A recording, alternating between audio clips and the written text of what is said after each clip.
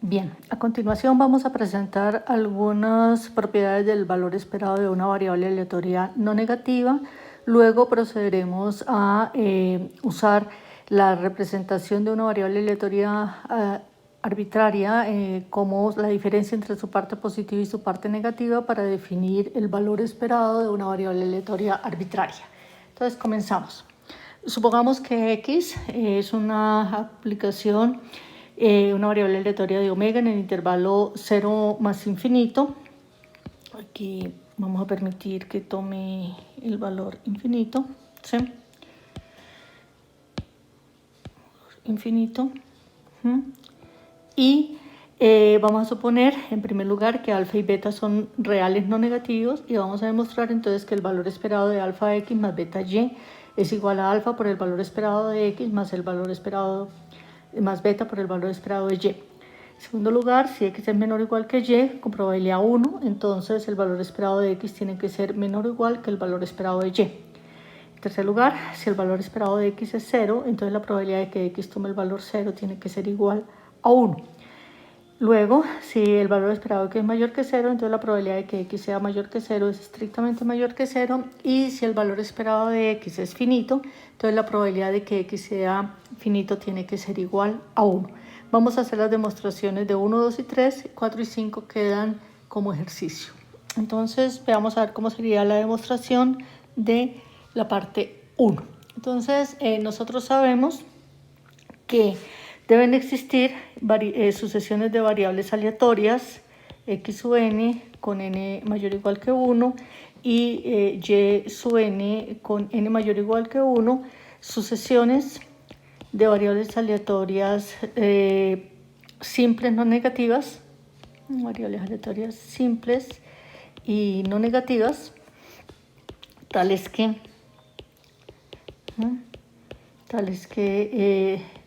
se satisface que x es el límite cuando n tiende a infinito de las x sub n, y el límite cuando n tiende a infinito de las y sub n tiene que ser igual a y. Bueno, entonces, estas sucesiones son sucesiones crecientes que convergen hacia x y hacia y respectivamente. Como alfa y beta son mayores que 0, entonces, puesto que alfa y beta son mayores que 0, entonces podemos afirmar que la sucesión alfa x sub n más beta y sub n, esta sucesión va a resultar ser una sucesión creciente de variables aleatorias simples no negativas, tales que convergen hacia alfa x más beta y. Bien, y con esto entonces tendríamos, por lo tanto, lo que podemos afirmar es que el valor esperado de alfa x más beta y pues tiene que ser igual al límite cuando n tiende a infinito del valor esperado de alfa x sub n más beta y sub n. Como ya se probó la linealidad del valor esperado para variables aleatorias simples, entonces esto va a ser igual al límite cuando n tiende a infinito de alfa por el valor esperado de x sub n, ¿sí?, más beta por el valor esperado de y sub n.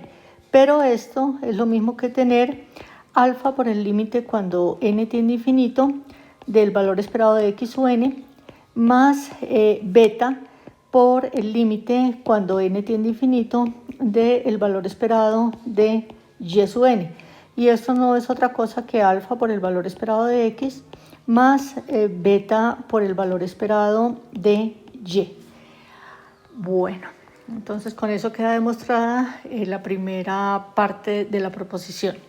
Para la segunda, entonces vamos a tratar de ver que el operador es monótono. Entonces vamos a tomar de nuevo una sucesión x sub n con n mayor o igual que 1, ¿sí?, una sucesión de variables aleatorias simples, O sea, x sub n, una sucesión de variables aleatorias simples, ¿sí? No negativas,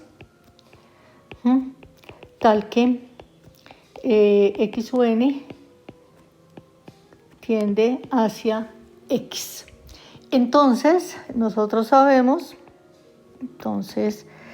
estaríamos obteniendo que x sub n resultaría ser menor o igual que x, y x estamos asumiendo que es menor o igual que y. Entonces, como las variables aleatorias x sub n son simples y x sub n resulta ser menor o igual que y, entonces podemos afirmar, luego de dónde podemos afirmar entonces que para todo n, ¿sí?, el valor esperado de x sub n tiene que ser menor o igual que el valor esperado de y, por la forma como hemos caracterizado el valor esperado de y en términos del supremo. En consecuencia, entonces vamos a obtener que al tomar límite cuando n tiende a infinito, que el valor esperado de x tiene que ser menor o igual que el valor esperado de y, que era lo que queríamos demostrar. La parte 3, entonces vamos a considerar las siguientes colecciones. Entonces sean a sub n definidos como el conjunto de todos los omega en omega, tales que x de omega es mayor o igual que 1 sobre n. Bueno, entonces estos son elementos de la sigma álgebra F y podemos afirmar lo siguiente. Entonces es claro que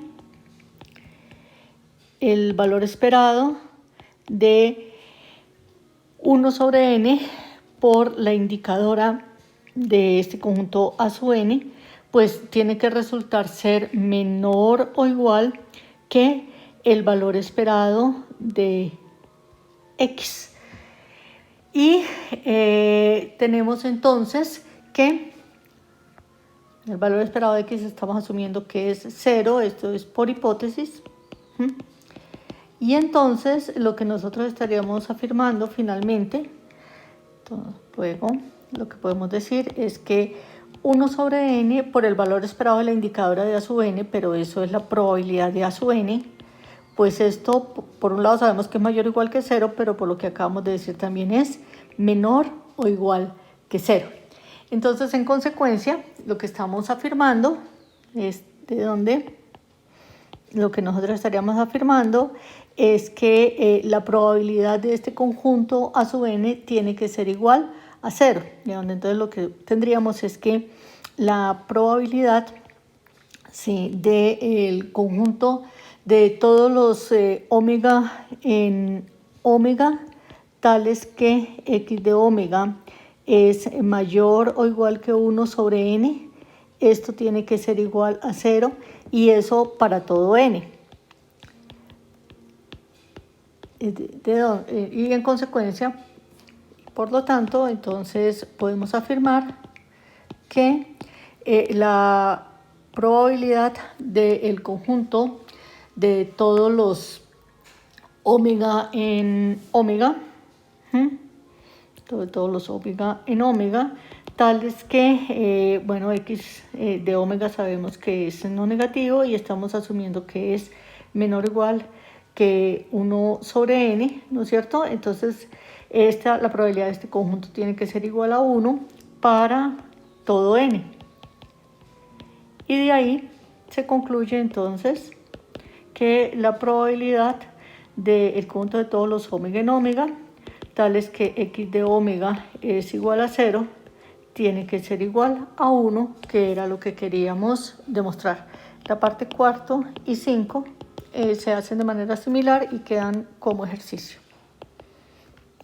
Bueno, entonces, teniendo ya esto, vamos a definir lo que es el valor esperado de una variable aleatoria arbitraria.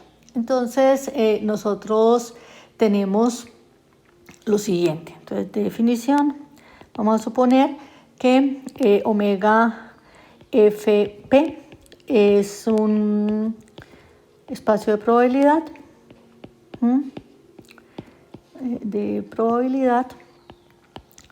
y que x de omega nr, ¿sí?, es una variable aleatoria. Entonces, si el valor esperado de la parte positiva de x es finito, o si el valor esperado de la parte negativa de x es finito, entonces se define la integral de x con respecto a p, o lo que es lo mismo, el valor esperado de x, integral de x con respecto a p, que es lo mismo que el valor esperado de x, se va a definir como la integral de la parte positiva de x con respecto a p menos la integral de la parte negativa de x con respecto a p, es decir, como el valor esperado de la parte positiva menos el valor esperado de la parte negativa. Y en este caso, pues se observa que se está permitiendo que el valor esperado de x tome el valor más infinito o el valor menos infinito. Entonces, esto conduce a la siguiente definición. Vamos a suponer que tenemos omega Fp, un espacio de probabilidad,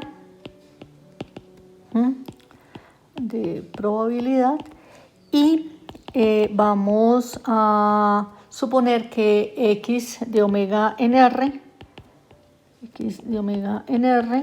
es una variable aleatoria, ¿sí? Es una variable aleatoria.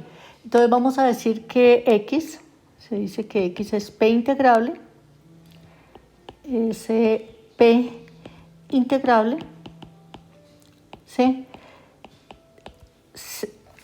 o que x posee valor esperado si y solamente si el valor esperado de la parte positiva de x es finito y el valor esperado de la parte negativa de x es finito, o equivalentemente,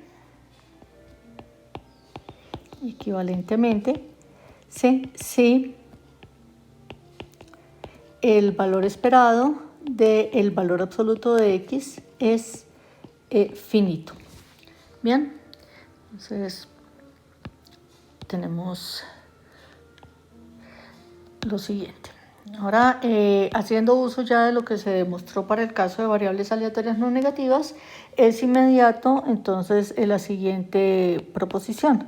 Entonces, si tenemos omega fp, un espacio de probabilidad,